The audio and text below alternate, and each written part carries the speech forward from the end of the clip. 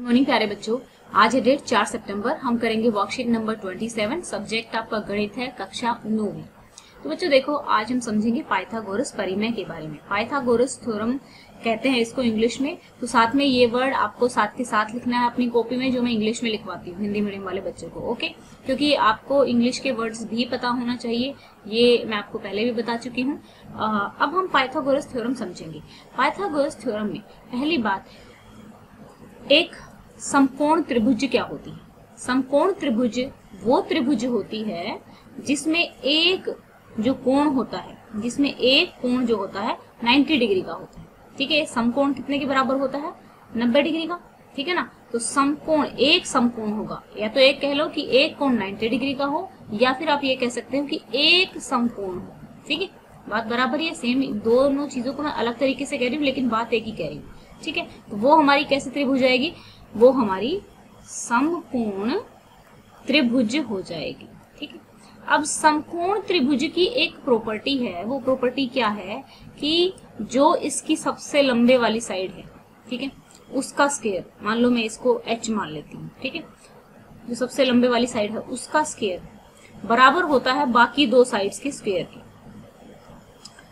p की square plus b की square. ये हमारी होती है पाइथागोरस थ्योरम।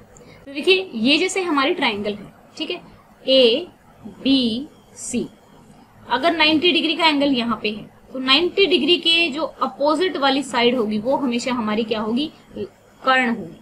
ठीक है, जो सबसे लंबी साइड होगी उसको कर्ण कहा जाएगा। ठीक है, या फिर हाइपोटेन्यूज, ये आप साथ में लिख लेंगे। और ये वाली जो साइड है इसको लंब कहा जाएगा, और मैं इसको h से, इसको p से फॉर्मूला में रिप्रेजेंट करूंगी। p का मतलब है परपेंडिकुलर। ठीक है, या लंब आप लिख सकते हैं। और ये जिस यहाँ पर ये हमारी आधार हो जाएगी। तो आपका फार्मूला क्या हो गया? आपका फार्मूला बन गया h की square is equal to p की स्क्वायर प्लस b की स्क्वायर। अब हम डायरेक्टली क्वेश्चंस करेंगे। तो देखो, फर्स्ट क्वेश्चन में हमें क्या दिया हुआ है? हमें सिर्फ ये बता रखा है कि जो समकोण राइट एंगल है वो हमारा 90 डिग्री पे, ए पे हमारा 90 डिग्री है, तो मैंने ए पे 90 डिग्री लिख दिया। बाकी उन्होंने बताया हुआ कि जो ए बी साइड है वो 24 है, ए सी हमारी 10 दी हुई है। तो यहाँ पे आप लिख लेंगे A B is equal to 24, A C is equal to 10। ठीक है, तो ये हमें चीजें दी हुई है। अब आपको क्या निकालना है? देखो, मैंने बताया था h, लॉन्गेस्ट साइड निकालनी है। ठीक है, तो h हमें निकालना है। h हमारा कितना है? हम इसको x मान लेते हैं। मान ला इस साइड को हमने x मान लिया, तो मैं क्या करूंगी? फार्मूला लगाऊंगी। फार्मूला मैंने आप लोगों को क्या बताया है? h की square is equal to p की स्क्वायर प्लस b की स्क्वायर। ओके, तो h मेरा कितना है यहाँ पर बताएंगे मेरे को? h तो मेरे पास कितना है? x की स्क्वायर है। ओके, और p मेरा कितना दिया हुआ है? p मेरा 10 दिया हुआ है, p की वैल्यू 10 रख दो अंदर, और b मेरा 24 दिया हुआ है। ठीक है, तो 10 का स्क्वायर कितना हो जाएगा? 100, और 24 का स्क्वायर कितना हो जाएगा? ये हमारा 576। दोनों को जोड़ेंगे तो कितना आ जाएगा? 676। तो बच्चों, अब हमारी वैल्यू कितनी आ गई है यहाँ पे?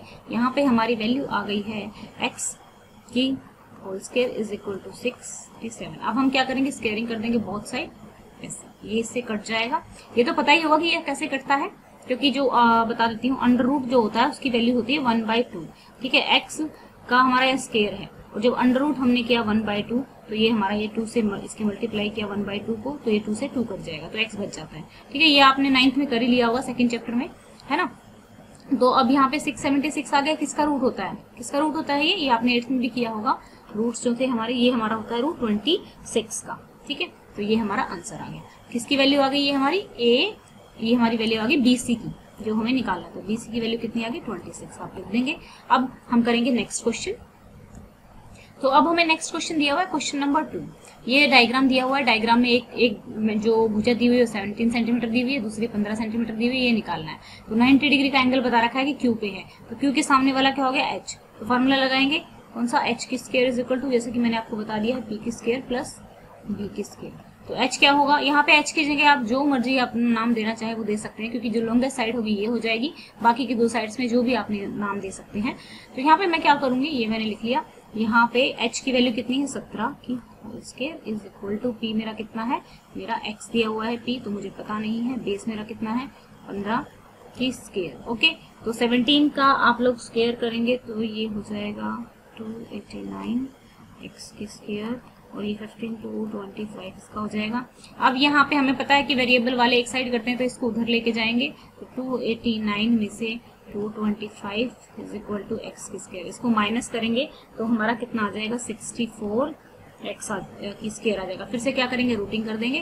ओके, ये इससे कट जाएगा तो हमारी कितना आ गया 64 का रूट कितना होता है 8 होता है, 8 इज इक्वल टू एक्स। तो हमारी वैल्यू कितनी आ गई, यहाँ पे वैल्यू हमारी आ गई 8। ओके, किसकी, पी क्यू की वैल्यू, यही हमें निकालना था अपने क्वेश्चन नंबर 2 में। तो देखो बच्चों, अब नेक्स्ट क्वेश्चन में, क्वेश्चन नंबर 3 में क्या दिया हुआ है, 3 में बताया हुआ है कि जो समकोण यानी कि 90 डिग्री का जो एंगल है, राइट एंगल है, वो हमारा कितने पे है, वो हमारा क्यू पे दिया हुआ है। ठीक है ना, तो हमने ये फिगर बना ली ऐसे। फिर पी क्यू की वैल्यू दी हुई 35, पी आर की वैल्यू 37 और यहाँ पर आप हमें निकालना है, तो इसको मैं एक्स मान लेती हूँ। ठीक है, क्यू आर को मैंने एक्स मान लिया। अब मैं फॉर्मूले में रखती हूँ, डायरेक्ट रख ली हूँ, तो 37 होल की स्क्वायर इज इक्वल टू मेरा क्या आ जाएगा, पी की स्क्वायर प्लस बी की स्क्वायर एक्स। ओके, तो 37 का जब आप स्क्वायर करेंगे तो ये आ जाएगा 3 इज इक्वल टू एक्स की स्क्वायर। ओके, इधर उसको लेके जाएंगे तो ये माइनस हो जाएगा, माइनस होने के बाद ये 144 बच जाएगा एक्स की स्क्वायर। फिर से रूटिंग करेंगे, मतलब ये अगले स्टेप में करना है, नीचे वाले में साथ में मत करना है, नहीं यहीं पे कर रही हूँ। तो यहाँ पे ये 12 आ जाएगा, सॉरी ये मैं गलत कर रही हूँ, यहाँ पे ये कटेगा नहीं, इसका तो रूट निकलेगा ना। तो यहाँ पे 144 को 12 इंटू 12, कई बच्चे पूछ लेते हैं मैम ये 12 क्या होगा, तो रूट में से एक चीज जो है ये कटने के बाद यहाँ से x बच गया, तो यहाँ पे ये बाहर आ जाएगा, तो x is equal to 12 answer आपका आ जाएगा। I hope x is equal to 12, और x हमारा किसके इक्वल है, इसके, तो ये हमारा कितना आ गया 12 आंसर आ गया। ओके, तो अब हम करेंगे अपना क्वेश्चन नंबर 4। तो बच्चों नेक्स्ट क्वेश्चन में हमारा क्या दिया हुआ है, ए बी की लंबाई दी हुई है 8 सेंटीमीटर, ए सी की नहीं दी हुई, ए सी की निकालनी है। तो ए सी की हमें क्या करनी है, निकालनी है, तो मैं उसको x के बराबर मान लेती हूँ, जैसा कि हम कर रहे हैं अभी तक। तो ये कौन सी है, यहाँ पे बताया हुआ है कि राइट एंगल जो है 90 पे है, समकोण जो है हमारा 90 पे है, तो ये हमारा क्या हो जाएगा, ये x is equal to 90, sorry b हमारा 90 दिया हुआ है, ये लिख लेना, ये भी लिख लेना, A B is equal to 8 दिया हुआ है, B C is equal to आपका 6 दिया हुआ है। तो h की वैल्यू हमारी कितनी हो जाएगी, x की स्क्वायर, p की वैल्यू कितनी है 8 की स्क्वायर, v की वैल्यू कितनी है ये। ठीक है, तो x square is equal to 8 into 8 64 plus 6 into 6 36, ये हमारा 100 के इक्वल आ गया। फिर से वही वाला स्टेप करना है, कौन सा स्टेप करना है, रूटिंग वाला स्टेप कर देंगे, इसका रूट करेंगे तो ये 2 से कट जाएगा।